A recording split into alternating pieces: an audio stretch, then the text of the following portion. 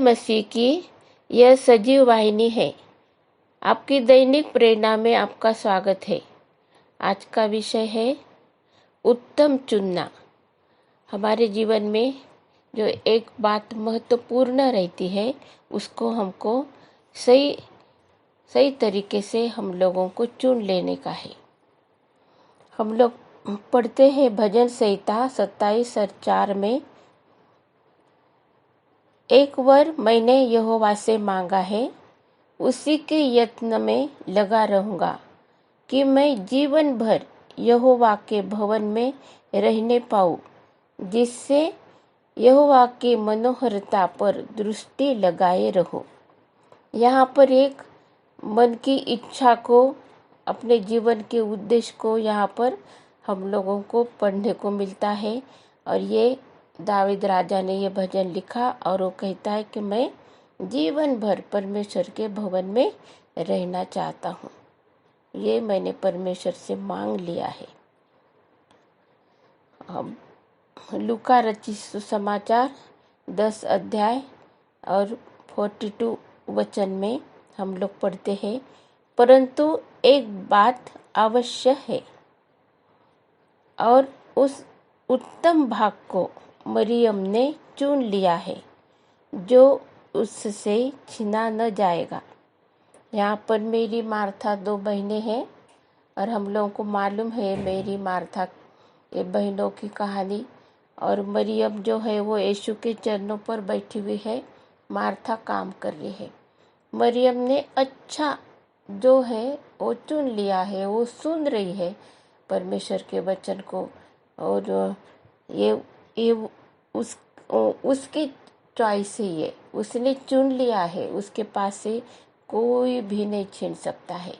हमारे जीवन में भी जो कुछ हम लोग चुन लेते हैं, परमेश्वर की सेवा करना चुन लेते हैं, हमें इच्छा है, वो हमसे कोई नहीं छीन सकता है, क्योंकि वो परमेश्वर के सामने हम लोग रहते हैं और वो हमको मदद करता है।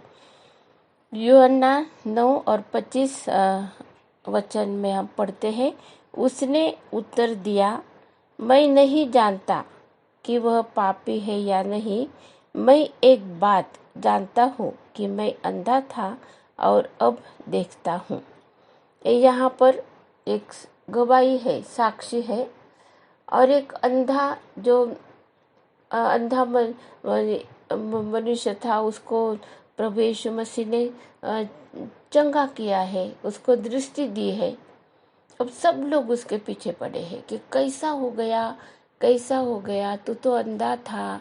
और इस प्रकार से, और वो साबत का दिन था और साबत के दिन कोई काम करने का नहीं है, लेकिन ये काम जो साबत नहीं है, दूसरे दिन भी शास्त्रीय पुरुष नहीं कर सकते थे। जो परमेश्वर का काम है वो उन लोग नहीं कर सकते थे, लेकिन साबत का जो दिन है उस दिन में ये काम किया, इसलिए वो लोगों को ये बात अच्छी नहीं लगती थी। लेकिन वो ये नहीं समझ सकते थे कि साबत का जो निर्माण करता परमेश्वर है, साबत के ऊपर जिसने बनाया है, साबत मनुष्य के लिए बनाया है। परमेश्वर ने मनुष्य के लिए बनाया है ये साबत का दिन, आशीष के लिए। ये वो लोग नहीं समझते, यीशु मसीह को उन लोग पहचाने नहीं है, इसीलिए अभी ये प्रॉब्लम हो गया है वहाँ पर। लेकिन हम लोग जानते हैं कि परमेश्वर ने वो जो गवाही देने वाला है, वो सब लोगों को एक बात बताता है कि मुझे सिर्फ इतना मालूम है कि मैं अंधा था और मैं देख रहा हूँ। हम लोग पापी थे, अभी हमारी क्षमा हो गई है। हमको मालूम होना चाहिए कि हम लोगों का उद्धार हो गया है। हमारे आत्मिक आँखें जो है वो परमेश्वर ने खोली है। एक दिन हम लोग अंधे थे, हम नहीं देख सकते थे, लेकिन हम आत्मिक जो प्रकाश है, उजाला है, यीशु मसीह जो हमारा उजाला है, उसको हम देख सकते हैं। ये हमारी गवाही है।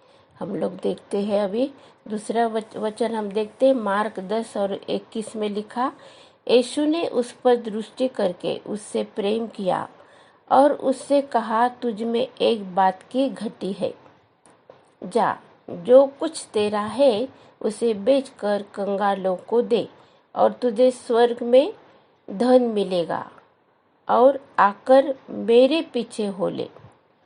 यहाँ पर हम लोग देखते हैं कि यहाँ एक मनुष्य परमेश्वर के यीशु के पास में आया, और उसमें क्या कमी है, कौन सी बात की कमी है, यीशु को मालूम है। उसके जीवन में जो कमी घटी थी, जो कमी थी, वो बताया यीशु ने कि तू अच्छा है, सब बातों को और तू ध्यान देता है, आज्ञाओं का पालन करता है, लेकिन एक चीज जो बहुत धन की लालसा, कि धन का जो मोह है, जो वो है तुम में, उसको तुम छोड़ दो, गरीबों को बांट दो, कंगालों को बांट दो, स्वर्ग में तुमको मिलेगा और मेरे पीछे आओ। यीशु कितना अच्छा आमंत्रण दिया है, कितना अच्छा सुझाव है ये, और उसने वो मौका खो दिया है। आज प्रभु यीशु मसीह भी हमको सबको हमारे जीवन में जो कमी घटी है, वो कमी घटी प्रभु यीशु मसीह परमेश्वर हमको उसके वचन के द्वारा बताता है। जो लोग सुन रहे हैं, शायद परमेश्वर उनके साथ बात कर रहा है। परमेश्वर हमको जो कमी है हम में, वो परमेश्वर हमको बता देता है। अगर यीशु को ग्रहण नहीं किया है, अपने पापों को क्षमा नहीं मांगी है, और जो हमारी जो दिल की, हमारे जो अंदर झांक कर जो हम लोग कभी देखते नहीं हैं और दूसरों के जीवन के बारे में सोचते हैं, परमेश्वर हमको हमारे साथ बात कर रहा है। आज हमको ये सब छोड़ देने का है और प्रभु यीशु मसीह के पीछे जाने का है, उसकी आज्ञाओं को मानने का है। हमारे पापों की क्षमा के लिए यीशु मसीह को हमको ग्रहण करने का है, क्योंकि यीशु ने हमारे लिए जान दी है, उसके पवित्र लहू को सिर्फ यीशु ने बहाया है। इसलिए हमको यीशु को ही आराधना यीशु की करना है और यीशु का ही नाम हमको ऊंचा करना है। वही हमको और हमारे सारे सब संसार के हर एक व्यक्ति को वही पापों से छुड़ाने वाला है। हालेलुया, स्तुति धन्यवाद। क्षमा करने वाला है। अगर हम दूसरों को क्षमा करते तो हमें क्षमा मिलेगी। उसकी आज्ञाओं को मानने का है हमको। हालेलुया, स्तुति धन्यवाद। अब हम लोग देखते हैं दूसरा पत्रस 3 अध्याय 8 वचन। हे प्रियो, यह बात तुमसे छिपी न रहे कि प्रभु के यहाँ एक दिन 1000 वर्ष के बराबर है और 1000 वर्ष एक दिन के बराबर है। परमेश्वर का जो समय है, वो समय और हमारा जो समय अलग है, बहुत अलग है। उसने हमको बहुत मौका दिया है, अभी भी वो हमको रोजाना हमको बख्शता है परमेश्वर पिता। और अगर उसका क्रोध हम पर ना आए और उसकी बातों को हम लोग टाल दे, ऐसा करने से परमेश्वर का जो न्याय है वो हमारे ऊपर आएगा।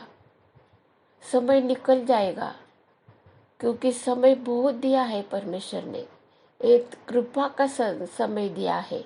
अभी हम लोग हमें स्वतंत्रता है आत्मा में, हम विश्वास कर सकते हैं। हमारे आत्मा पर किसी का भी बंधन नहीं है, कोई हमारे विश्वास को हमसे छीन नहीं सकता है।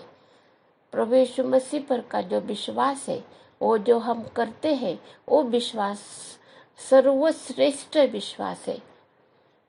और उसको हमको हमारे दिल में से और हमारे जीवन में से हमको कोई भी नहीं अलग कर सकता है, कोई भी नहीं। इसलिए प्रभु यीशु मसीह को हमको आदर, महिमा और सम्मान देने का है। और क्योंकि उसने हमको बहुत मौका दिया है, समय उसके हाथ में है। और वो एक दिन आने वाला है। उसका समय पूर्ण होने के बाद में उसके वचन के अनुसार वो आने वाला है। हालेलुया, स्तुति धन्यवाद। यूहन्ना 8:24 में हम लोग पढ़ते हैं, यीशु का अपने विषय में कथन। यीशु ने अपने विषय में कहा, इसलिए मैंने तुमसे कहा कि तुम अपने पापों में मरोगे, क्योंकि यदि तुम विश्वास न करोगे कि मैं वही हूँ तो अपने पापों में मरोगे। वही हूँ मैं, पर यीशु ने कहा कि मैं वही हूँ, मतलब आने वाला मसीहा, पापों से छुड़ाने वाला मसीहा, जिसके बारे में बताया है परमेश्वर का पुत्र। उसके बारे में अगर हम विश्वास नहीं करते तो हम लोगों को क्षमा नहीं मिलेगी, क्योंकि परमेश्वर पिता की यह आज्ञा है, हर एक मनुष्य के लिए परमेश्वर पिता की यह आज्ञा है कि परमेश्वर ने जगत से ऐसा प्रेम किया कि उसने अपना एकलौता पुत्र दिया, जो कोई उस पर विश्वास करे उसका नाश न हो परंतु अनंत जीवन पाए।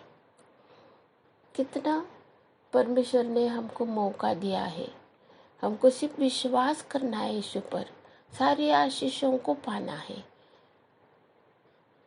लेकिन हम यीशु और हम पाप, जीवन में पाप, हम ऐसे जीवन नहीं बिता सकते।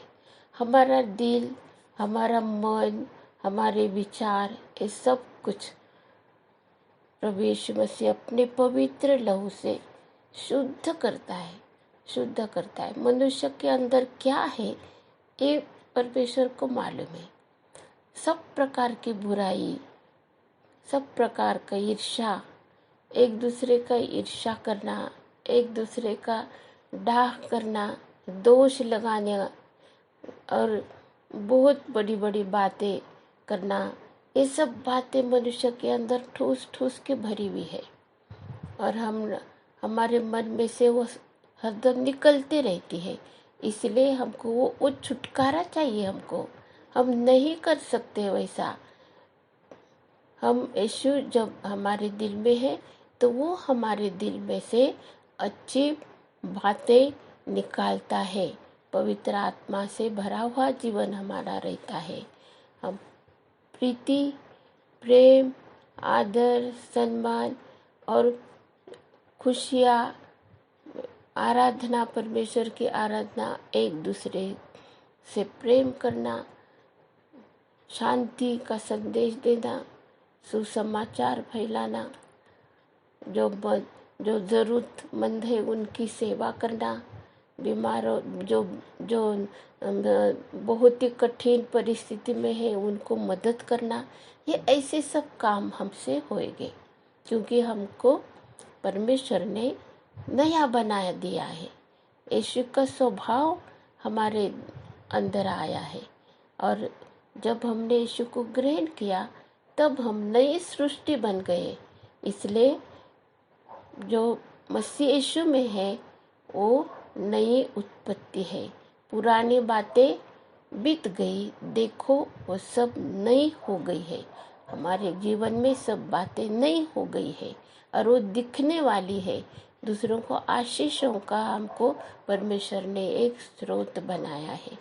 आइए हम और एक वचन को पढ़ते हैं। पहले कुरिन्थियों 3 अध्याय और 11 वचन में लिखा है, क्योंकि उस नींव को छोड़ जो पड़ी है और वह यीशु मसीह है, कोई दूसरी नींव नहीं डाल सकता। दूसरी नींव नहीं डाल सकता। ये जो नींव है हमारे जीवन की, जो पड़ी है नहीं, वो प्रभु यीशु मसीह है। प्रभु यीशु मसीह ही है हमारा जीवन का आधार, हमारा उद्धार। ये दुनिया में सबको समान मौका दिया गया है। परमेश्वर ने समान मौका दिया सबको, सबको बुलाया है। ये उद्धार का जो संदेश है ये सबके लिए है। अब उसको ग्रहण करना और उसको ठुकरा देना ये हमारे हाथ में है। आइए हम उद्धार को ग्रहण करें और ये जीवन में हम जो शांति है वो शांति को हम लोग अनुभव करें। आनंद और खुशी हम लोग जो मिलती है यीशु मसीह के पास आने से, उसकी आराधना करने से, आइए हम हमारे जीवन को उसके सामने देते हैं। हम प्रार्थना करते, हे हमारे जीवित और प्रेमी प्रभु, हम तुझे धन्यवाद देते जो हमारे जीवन में जो कमी घटी है प्रभु तू जानता है, उसको तू पूरी कर दे प्रभु जी। हमें तू पूरा कर दे प्रभु जी। हमें तेरे भवन में तेरे सन्मुख रहकर हम तेरी स्तुति तेरी आराधना करें। तेरा मुख प्रभु जी जो मनोहर रूप तेरा है वो हम देखते रहे, ऐसी हम मंशा करते हैं। ये प्रार्थना को यीशु के नाम से करी है, इसीलिए तू सुना ग्रहण कर। आमीन। अब प्रभु यीशु मसीह का अनुग्रह और परमेश्वर का प्रेम और पवित्र आत्मा की सहभागिता तुम सबके साथ और समस्त विश्व में विश्वासियों के साथ होती रहे। आमीन।